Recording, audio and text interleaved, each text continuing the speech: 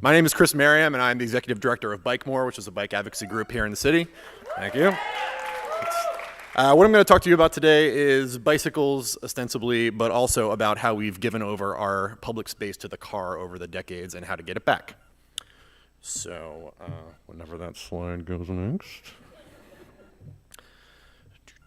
This is what our streets used to look like in Baltimore. That's Baltimore Street downtown on the block. And note the functioning transit system there, the streetcars, and the pedestrians in the street. This is around 1905, of course, before the car took hold.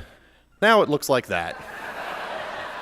I exaggerate slightly for effect, but there's a reason that the Grand Prix organizers decided to run the race on Light Street and Pratt Street and Russell Street because they're already engineered solely for cars. That is Lombard Street at rush hour. Note the 6 lanes of traffic all the way across going in the same direction.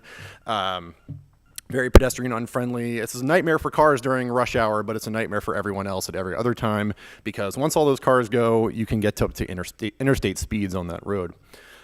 This is what it looks like for a lot of cyclists, including myself.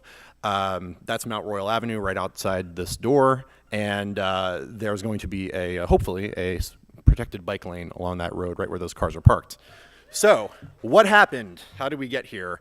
One thing that happened was freeways. We built the freeways and people started using them. It's really fairly simple, and you'll notice that theme comes back again and again in this talk. What happened? The suburbs happened. We built everything after World War II to be reached only by the car, and what do you know? People decided to drive everywhere. So when you require developers to build huge parking garages, they build them, and then people use them. Again, not very complicated. The decisions that we make in public policy have a major impact on what we do in our day-to-day activities.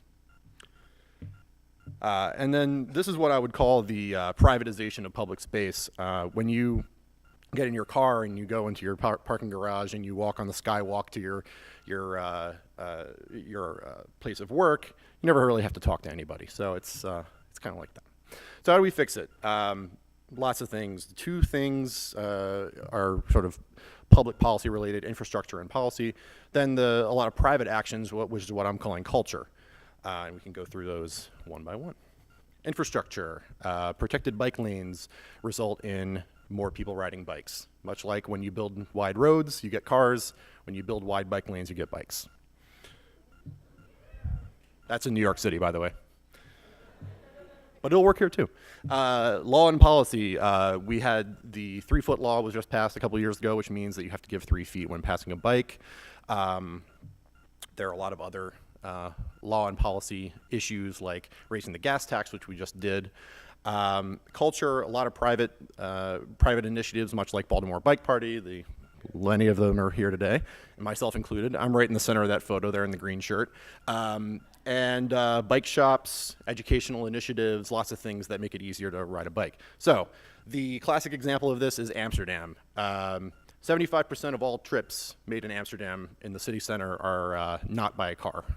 So bike, walk, transit. Didn't happen overnight or accidentally.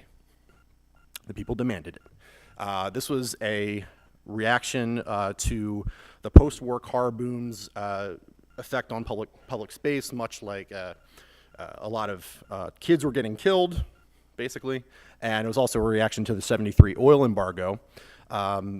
So people think that the Dutch and the Americans are not very alike. We both had post-war car booms. We both redesigned our streets for cars to the exclusion of everything else, but only they decided to change in the '70s. And how did they fund all that stuff? They taxed the living hell out of gasoline. That's how they do it.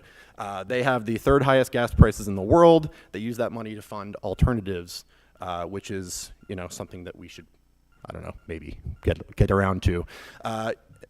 Ultimately, you get what you subsidize and engineer for.